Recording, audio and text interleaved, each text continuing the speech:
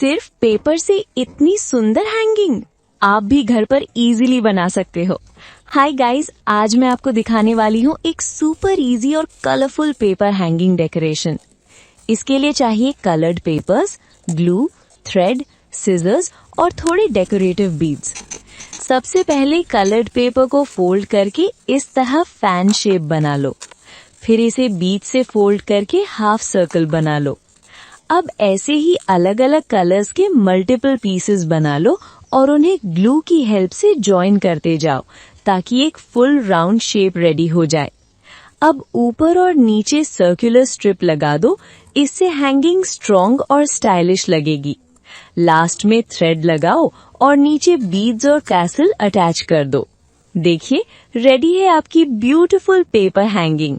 Video पसंद आए तो लाइक, शेयर और सब्सक्राइब जरूर करें।